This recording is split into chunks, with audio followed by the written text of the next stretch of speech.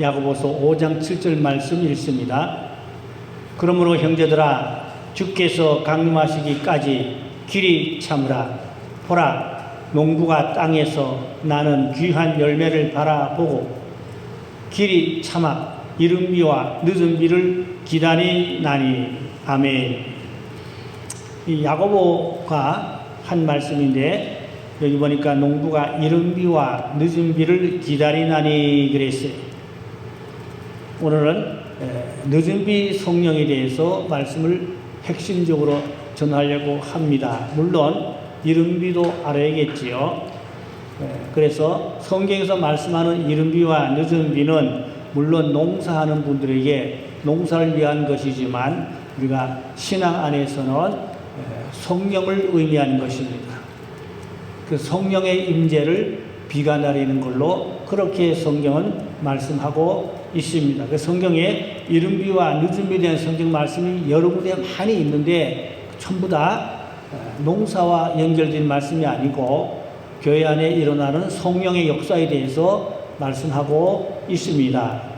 그래서 예레미야도 구약 성경이지만 5장 24절에 보니까 또 너희 마음으로 우리에게 이른 비와 늦은 비를 때를 따라 주시며 우리를 위하여 추수기한을 정하시는 우리 하나님 여호와를 경외하자. 역시 예레미야도 이른 비와 늦은 비를 말씀하는데 농사에 대한 말씀이 아니고 성령에 대한 말씀, 조금 말을 바꾸면 은혜에 대한 말씀이라고 해도 같은 내용입니다. 은혜를 내린다, 성령을 내린다. 용어는 약간 차이가 있지만 내용은 거의 같은 내용입니다. 오늘 밤에 무슨 은혜가 있어야 되겠어요? 성령의 단비가 내리는 은혜. 할렐루야. 그 성령의 단비를, 그러니까 곡식은 비가 내려야 자라지요. 비 안 내리면 곡식 말라 죽지요. 농사 못하지요. 아무리 씨앗 좀 뭐합니까? 땅 좀 뭐합니까? 비가 내려야 농사 짓잖아요. 비 안 내리면 농사 못 짓지요. 그런데 전문학자들이 발표했어요.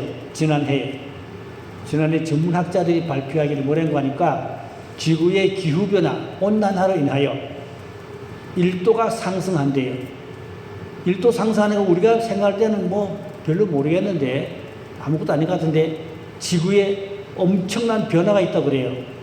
북극에 산더미 같은 빙산이 녹아내리고 그래서 엄청난 지구에 큰 변화가 일어나는데 이로 말미암아 농작물이 6분의 1이 수확이 떨어진다 그래요. 그러니까 이 지구 안에 쌀이 10가마니가 날 것 같으면 6가마니밖에 안 난다 이 말입니다. 6분의 1이 떨어진다. 많이 떨어진다 그 말입니다. 하여튼 비가 안 내리면 농사 못 짓지요. 그래서 교회는 아무리 건물이 좀 뭐랍니까? 사람이 많이 모이면 뭐합니까? 성령의 은혜가 있어야 할 줄 믿습니다. 바로 그 핵심이 그겁니다. 성령의 은혜, 성령의 역사가 있어야 된다. 그 말씀인 것입니다. 봄에는 파종하기 위해서 봄비가 내리죠. 봄비가 내려야 뭐를 심을 수 있고 감자도 심고 고구마도 심고 봄에 파종할 때 비가 내려야 되죠. 비 안 오면 농사 못하지요. 자, 그래서 가을에는 또 결실하기 위해서 비가 와야 되죠.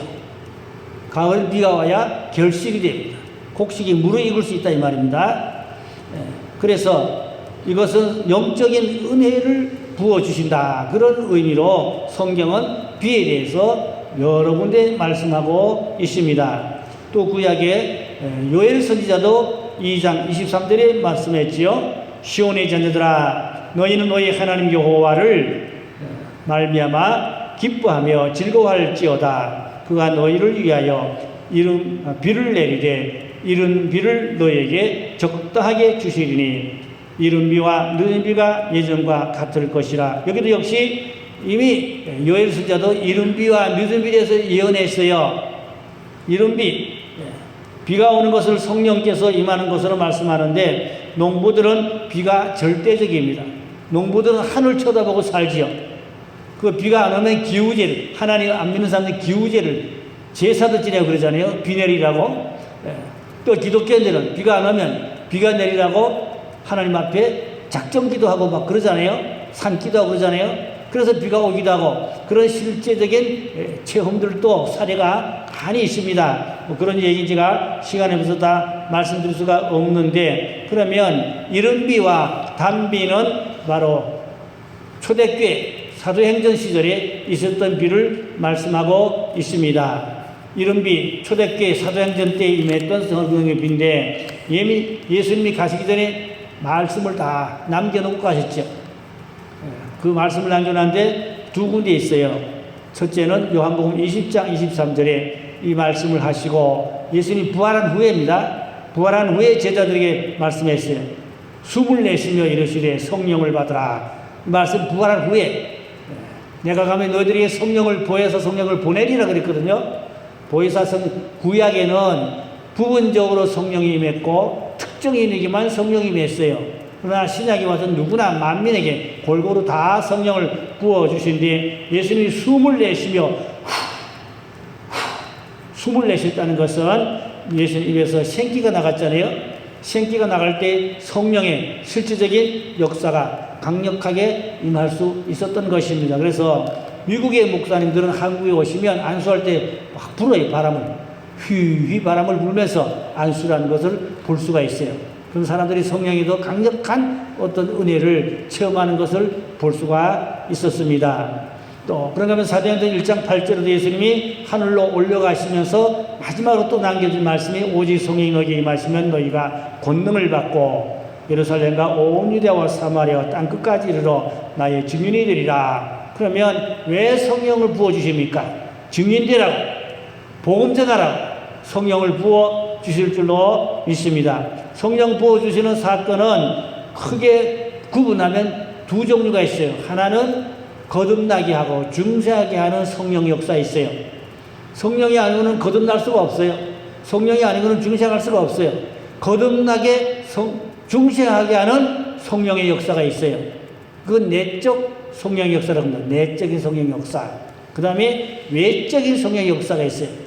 외적인 성령 역사는 뭔가 하니까 체험적인 것, 강력한 은사와 능력을 체험하여 담대하게 힘있게 기적이 나타나고, 기적이 막 눈에 나타나고 보이고, 그래서 증거가 있으니까 사람들을 깨뜨리고 사람을 꼬꾸라뜨리고 사람을 이렇게 감동시켜서 전도하고 믿게 하는 그런 역사가 외적 역사입니다. 성령의 그걸 가지고 이중 역사라고 합니다. 내적 역사, 외적 역사. 내적 역사는 거듭나고 중시하는 것, 외적 역사는 능력 사역, 은사 사역, 불사역, 이런 걸 외적 사역이라고 합니다. 다른 말로 바꾸면 성령의 이중 사역이라고 합니다. 내적 충만, 외적 충만. 내적 충만은 9가지 성령의 열매, 생명입니다. 외적 사역은 능력입니다. 기적입니다. 그래서 우리는 내적으로 충만해야 되고 외적으로 충만해야만이 능력 있는, 힘 있는 신앙생활을 하게 되는 것입니다. 그러면 마가 다락방에 내렸던 성령은 물론 두 가지 다 내렸어요. 내적 충만도 내리고 외적 충만도 내리고 다 내렸습니다. 그래서 다락방에 내린 성령을 가지고 이른비 성령이라 그럽니다. 이 이른비 성령은 예수님이 가시면서 이제 남겨주신 말씀이 이루어졌는데, 예수님이 부활하신 후에 사실 만에 감람산에서 승천하셨잖아요. 그래 제자들이 마가의 다락방에 한 120명 모였어요. 120여 명이 모여서 거기서 뜨겁게 열흘간 밤낮 불철자 자리를 떠나지 않고 금식하고 철야하고 거기서 기도했어요. 사도행전 2장 1절 4절을 보니까 오수절 날이 이미 이르매 그들이 다 같이 한 곳에 모였더니 호련히 하늘로부터 급하고 강한 바람 같은 소리가 있어 그들이 앉은 온 집에 가득하며 마치 불의 혀처럼 갈라지는 것들이 그들에게 보여 각 사람 위에 하나씩 임하여 있더니 그들이 다 성령의 충만함을 받고 성령이 말하게 하심을 따라서 다른 언어들로 말하기를 시작하니라. 이 120명이 열흘간 장소를 떠나지 않고 기도 자리가 식어지지 않도록 뜨겁게 기도했죠. 그런데 성령이 강하게 임하니까 바람같이 또 불의 혀같이 또 방언하고 여러 가지 은사와 능력도 충만하게 임했던 것입니다. 이로 말미암아 초대교회가 시작되는 것이요. 구약에서 신약으로 새로운 패러다임이 바꾸어지게 되는 것입니다.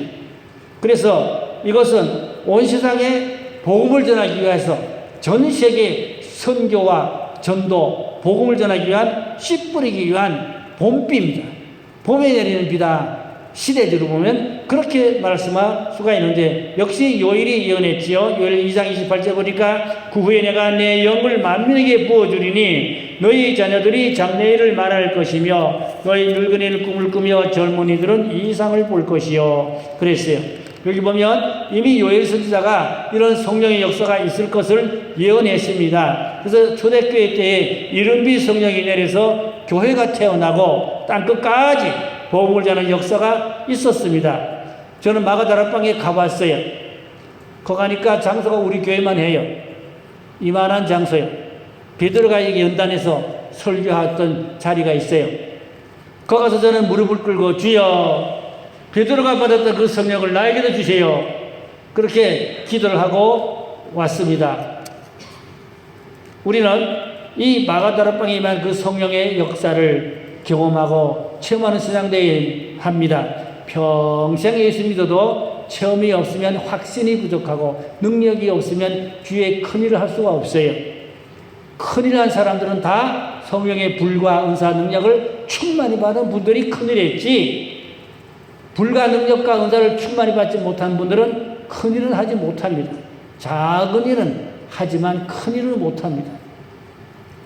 구약에서 신약으로 바뀌어지는 이러한 패러다임이 변화되는 새로운 역사의 이런 시점이 되었던 것입니다. 그래서 베드로가 갈릴리 바다에 고기잡이 하던 어부잖아요. 그는 불황무식하지요. 그런데 성격이 굉장히 성급하고 과격합니다. 불같습니다, 성격이. 그러니까 하나님 베드로를 불같은 성격을, 과격하고 성급한 성격을 성령의 불을 주시니까 대단한 역사가 있었지요. 그래서 하루에 3,000명 내지 5,000명씩 회개하고 세례를 받는 그런 역사가 있었습니다. 베드로가 무식하지만 성령의 불을 받으니까 얼마나 설교를 잘하는지 학자들이 놀래나는 거예요. 전문가들이 못다 하는 거예요. 저가 어부가 아닌가? 저가 불황무식한 사람이 아닌가? 저 능력이 어디서 나오는가? 성령의 불을 받으니까 그런 역사가 있었던 줄로 믿습니다. 그래서 우리가 이 성령의 불을 받는 게 그렇게 중요한 것입니다. 이 성령의 불을 받아야 돼요. 또 베드로는 성전에 들어가다가 안진뱅이를 일으키는 기적이 일어났지요. 안진뱅이가 뻘떡 일어나 성전에 춤을 추고 하나님께 영광 돌리고 찬양했지요.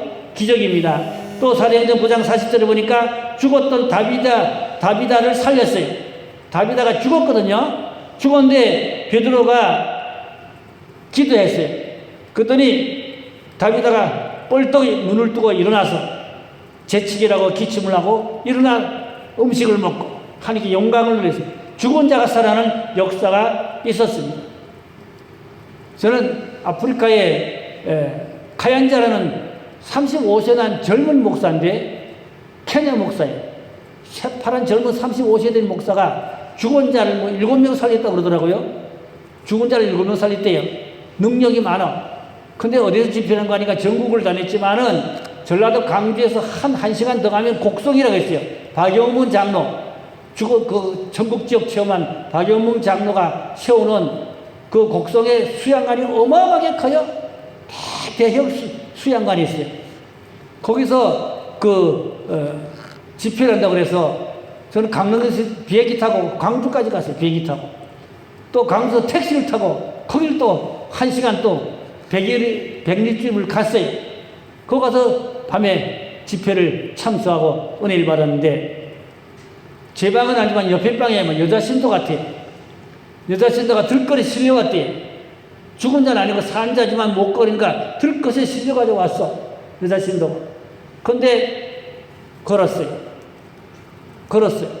그래가지고 밤새도록 그냥 밤새도록 춤을 추고 그냥 막 좋아서 뭐 땅이 꺼져라고. 얼마나 좋겠어요. 들것에 실려온 사람이 일어나 춤을 추니까 기적이 나타나잖아요.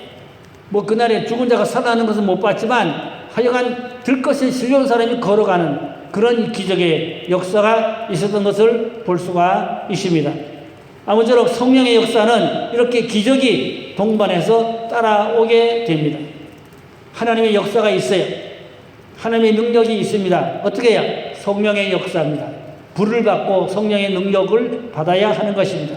사도행전 2장 38절에 보니까 베드로가 이르되 너희가 회개하여 각각 예수 그리스도의 이름으로 세례를 받고 죄사함을 받으라. 그러면 성령을 선물로 받으리라. 우리는 성령을 선물로 받는, 이것은 외적 충만, 은사 능력 충만, 이러한 쪽으로 볼 수가 있겠습니다.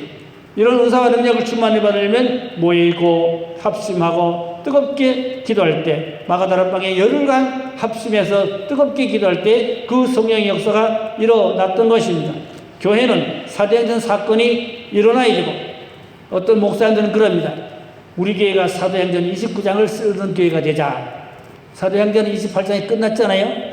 근데 29장을 우리 교회가 쓰자 이 말입니다. 그 말은 사도행전 같은 기적, 능력의 역사가 있는 교회가 되자, 그런 의도로 하신 말씀이지요.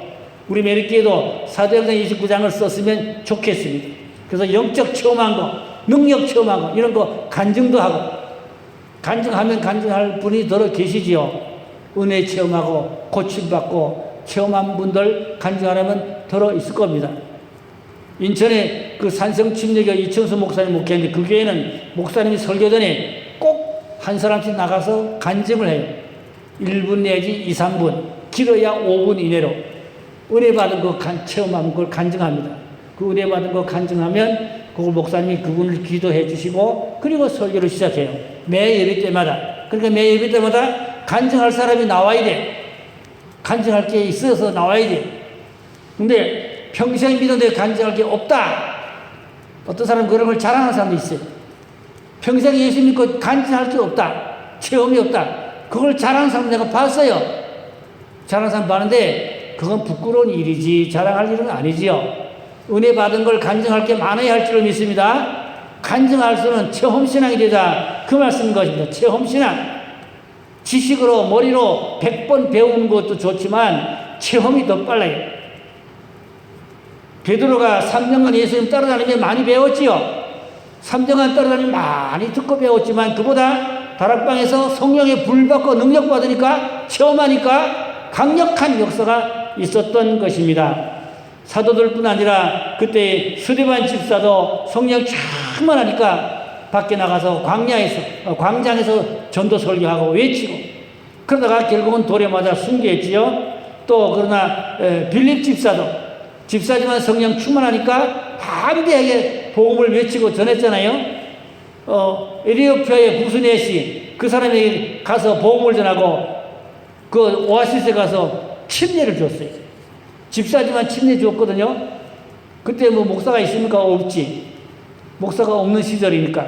집사지만 전도하고 성경 가르치고 그다음에 영접하고 믿으니까 오아시스에서 바로 가서 침례를 줬어요. 성령 충만하니까 하나님의 역사인 것입니다. 그래서 초대교회는 물론 12사도를 비롯하여 7 집사, 또 그 외에 많은 또 성도들이 이 성령의 불을 받고 교회가 급속도로 성장하고 부흥하고, 또 예루살렘만 있는 게 아니라 안디옥으로 또 소아시아로 또 멀리 복음이 많이 전파돼 나갔습니다.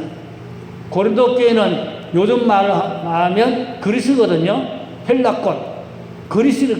고린도 교회가 그리스에 있어요. 저 성주설에 그리스를 가봤어요.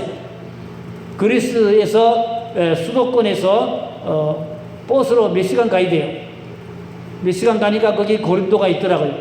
거기 바울이 거기서 교회를 세워가지고 거기서 설교하고, 바울이 이렇게 강단이 있어. 사다리처럼 올라가서 계단으로 올라가서 거기 강대상이 있어. 바울이 거기서 설교했다. 그래서 나도 거기 올라가가지고 주여 바울의 영성을 주세요. 그 기도하고 그리고 왔습니다. 그래서 사도행전 교회는 봄에 씨 뿌리는 성령으로 예루살렘에서 온 유대와 사마리아, 또 안디옥, 고린도, 소아시아, 유럽 전 세계로 복음이 확산되어 나가는 역사는 뭐냐? 성령의 역사란 말이죠. 그 성령의 불을 받아야 교회가 전도하고, 성령의 불을 받아야 교회가 선교하고, 성령의 역사가 있어야 교회가 부흥될 줄로 믿습니다. 제가 그런 실제적인 간증을 하려면 엄청 많은데, 인천의 그 부천의 어느 개척교회입니다. 부천의 어느 개척교회에서 주일학교 애들이 말이죠. 주일학교 애들이 교회에서 70일간 작전기를 했어요. 대단하지요? 주일학교 애들이 교회에서 글쎄 그 아이들이 70일을 작전기를 했는데 70일 마무리 단계에 가서 아이들이 많이 입신했어요. 천국 지역을 처음 했어요. 그런데 목사님 딸이 이름이 손예스더예요. 초등학교 아마 5학년, 6학년 고무래비 같은데 성령을 충만시켜서 천국을 많이 체험하고 지옥도 많이 체험했어요. 근데 주님께서 그러셨어요. 네가 본대로 그리라 그러더래요. 천국 지옥을 많이 보았는데 그걸 그리라. 초등학생이 그림 재주도 없는데 어떻게 그립니까? 주님께서 붓만 들어라 내가 그려줄게 그러더래요. 그래가지고 뭐 해놓고 있잖아요. 물감 쭉 갖다 놓고 붓을 갖다 놓으니까 주님이 붓 붙잡고 그려라. 근데 그 자기도 모르고 그리는 거야. 자기도 모르고 그런데 천국을 쫙 그려놓고 보좌 생명강 있고 그 천국을 그렸고 그 다음에 지옥을 그렸어요. 지옥은 18가지 지옥이 형벌 모습을 18가지로 지옥을 그렸어요. 이만한 판에다가. 그러니까 천국판, 지옥판 두 판을 그렸어요. 엄청 잘 그렸어요. 화가처럼 그렸어요. 자기가 그린 게 아니에요. 하나님이 그렇게 붓을 잡고 그리도록 천국에서 본 대로 그렇게 그린 거예요. 그래서 제가 소문 듣고 알았거든요. 그래가지고 성안서 도학교에서 목회할 때 불렀어요. 간증 집회를 불렀어요. 그때 나이가 24살이더라고. 초등학교 때 처음 했는데 24살이니까 한 10년 넘었겠죠. 24살 먹은 자매 아가씨들 전도사더라고. 그 아버지 목사님이 오셔가지고 스크린 다 띄워줘요. 그 체험한 거, 천국 지옥 그 경험한 거 스크린으로 아버지가 저 앉아가지고 다 띄워주시면서 보여주었어요. 근데 엄청 신령해요. 영이 맑아요. 뭐 교회가 어떻다는 거 다 알고 개인 누구는 보면 다 알고 영안이 훤해요. 엄청 신령해요. 그 딸이 이제 아버지를 도와서 교회에서 전도사 일을 하고 있더라고요. 아마 지금은 어떻게 되는지 모르지만 벌써 한 20년 넘었는데 다니면서 크게 아름답게 귀하게 쓰임받을 점 있습니다. 그러니까 영적 체험을 그렇게 했다 이 말입니다. 어떻게 70일간 주일학교 애들이 70일간 그렇게 기도하니까 하나님이 그런 역사를 주셨어요. 제가 뭐 그런 간증하려면 한두 없이 많은데 아무쪼록 우리는 뜨겁게 기도하면 그런 성령의 불과 은사와 능력을 받아야만이 증인이 되고 사명도 아름답고 귀하게 쓰임받게 될 줄로 믿습니다. 체험의 확신이 오고 능력이 오고 자신감이 오고 담대해지고 용감해지고 힘있게 전할 수가 있는 그러한 하나님의 일꾼이 될 수가 있습니다. 교회에서 사실 직분받아 일하려면 성령 충만 받아야 돼요. 성령 충만 받아야 그 직분 잘 감당하지. 성령 충만 못 받은 분이 직분 받아 놓으면 있으나 마나 쫑만 새기고 말도 안 듣고 일도 안 하고 성령 못 받아 그래. 성령 받으면 열심으로 일한다는 말입니다. 열심으로 기도하고 열심으로 충성하고 성령 충만해야 될 줄로 믿습니다. 가슴이 뜨거워져야 돼. 가슴이 뜨거워지고 등도 뜨거워지고 성령 충만한 역사가 있도록 우리가 기대될 줄로 믿습니다. 그러면 두 번째로 마지막 때는 늦은비 성령입니다. 요에서 2장 29절에 그때 내가 또 내 영을 남종과 여종에게 부어줄 것이며 이게 늦은비 역사입니다. 늦은비 역사는 주님 재림하기 가까운 마지막 때입니다. 역사의 마지막 때, 주님 재림이 가까울 때 하나님이 늦은비를 주십니다. 늦은비는 결실하는 거거든요. 가을비거든요. 가을에 곡식이 익어서 알곡되게 하는 그 이제 추수절에 오는 늦은비인데 인류 역사의 마지막 때에는 하나님이 늦은비 성령을 주십니다. 그래서 많은 지금 뜨리는 종들은 늦은비를 사모하고 기다리고 기도하고 있어요. 그러니까 요즘에는 무슨 말인 거니까 요즘은 이슬비도 올까 말까 한다. 그래 사람들이. 부분적으로 그나마 더 갈망하고 사모하고 기도 많이 한 교회는 이슬비 정도가 오고 갈망하지 않고 사모하지 않은 교회는 이슬비도 없다 이 말이에요. 부분적으로 비가 오지만 늦은 비는 폭포수같이 강력한 늦은 비가 오게 될 날이 이제 우리 시대에 올 줄로 믿고 사모하고 기대해야 될 줄로 믿습니다.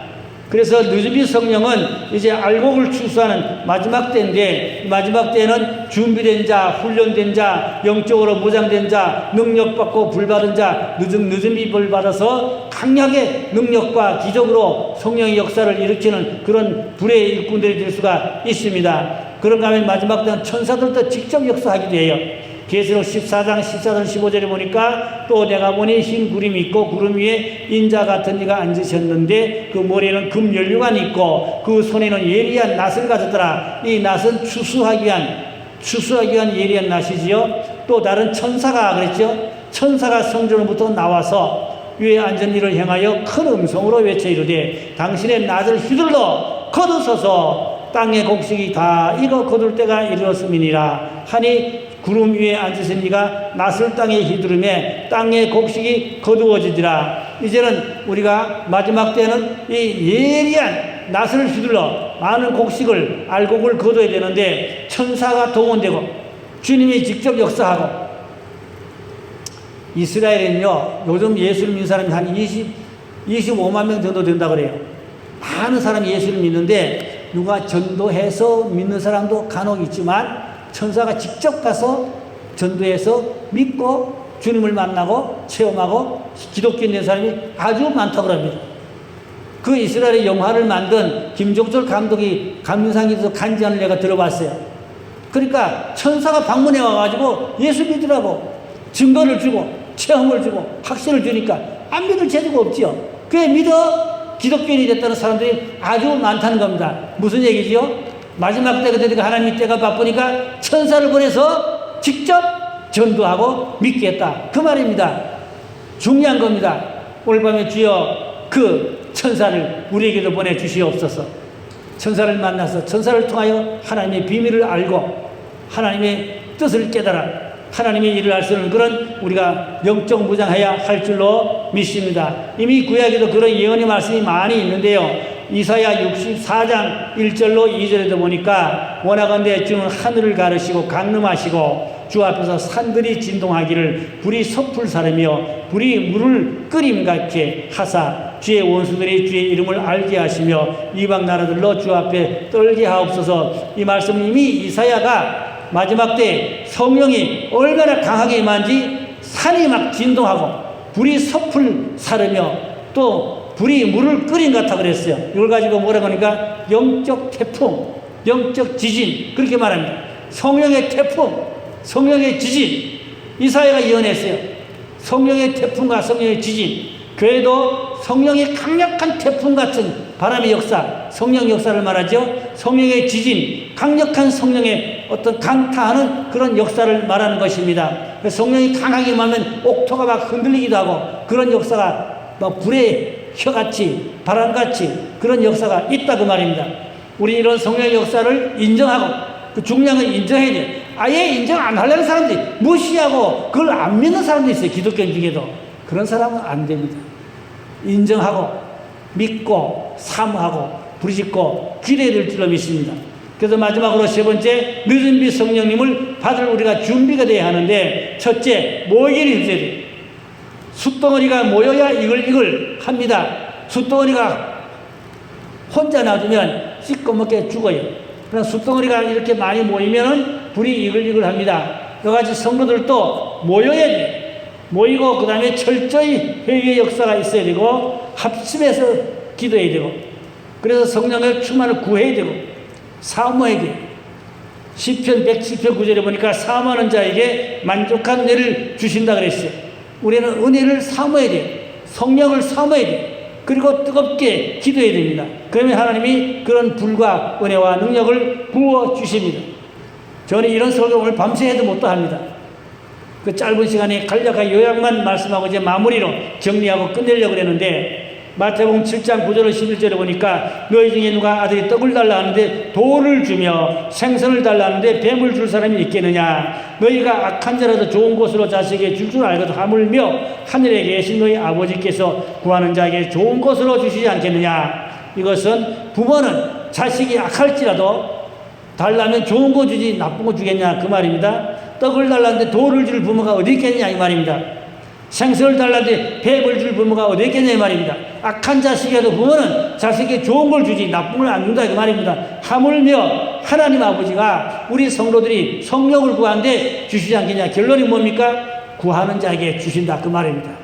성령을 구해서 받으라고 말입니다. 성령 충만을 구하라고 그 말입니다. 성령을 충만을 갈망해야 돼요. 사모해야 돼요. 그래서 충만히 받아야 할 줄로 믿습니다. 마치 목마른 사슴이 시냇물을 찾듯이 이스라엘의 그 사슴들이 봄에 그 잉태인데요. 봄에 잉태를 하면은 산에 살잖아요. 목이 많이 탄대요. 그러면 강가로 물 먹으러 내려와야 돼요. 목이 타니까. 그러면 이제 포수들이 숲에 숨어서 기다리다가 쏜다 이래요. 잡아먹으려고. 그러면 사슴이 지금 임신하고 목이 마르니까 냇가에 물 먹으러 오려면 목숨 걸고 내려오는 거예요. 맞아 죽을 수 있는 위험을 무릅쓰고 얼마나 목이 타면 죽을 각오하고 냇가에 물 먹으러 온다 이 말입니다. 그 목마른 사슴, 옛날에 그런 노래 많이 불렀죠. 목마른 사슴이 시냇물 찾듯. 그 노래 많이 불렀지 옛날에. 요즘 노래도 좋지만 옛날 노래가 더 좋은 것 같아. 50년대, 60년대, 70년대에 부르던 그 복음성가 지금 다시 좀 불렀으면 좋겠어요. 요즘 복음성가는 다 좀 그래요. 물론 좋은 것도 많지만 옛날 복음성가 참 좋은 거 많아요. 그래서 목마른 사슴이 시냇물 찾듯이 은혜를 갈망하고 사모하자 그 말씀인 것입니다. 그러니까 젖달라고 우는 애기에 젖주지 젖달라고 울지 않으면 젖도 잘 안 줘. 애기가 배고파서 젖달라고 울어야 엄마가 젖을 준다 그 말입니다. 우리는 하나님 앞에 쫄러야 성령을 달라고 쫄러야 성령을 준다 그 말입니다. 결론으로 지금 마지막 때라고 그랬잖아요.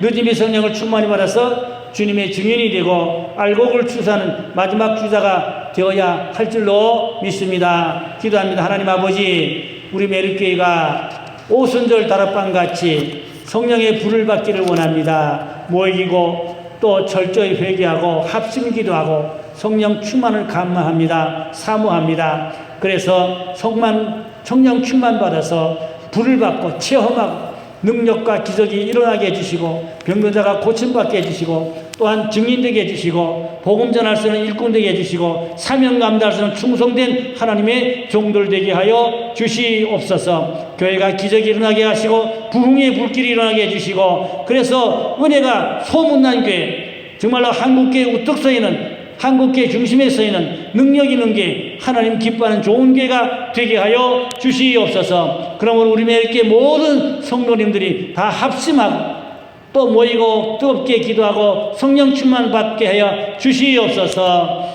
하나님 마음에 합당한 교회 은혜가 충만한 교회 되게 하여 주시옵소서. 읽고 감사하며 곧 다시 오실 왕 예수님의 이름으로 기도 올렸습니다. 아멘.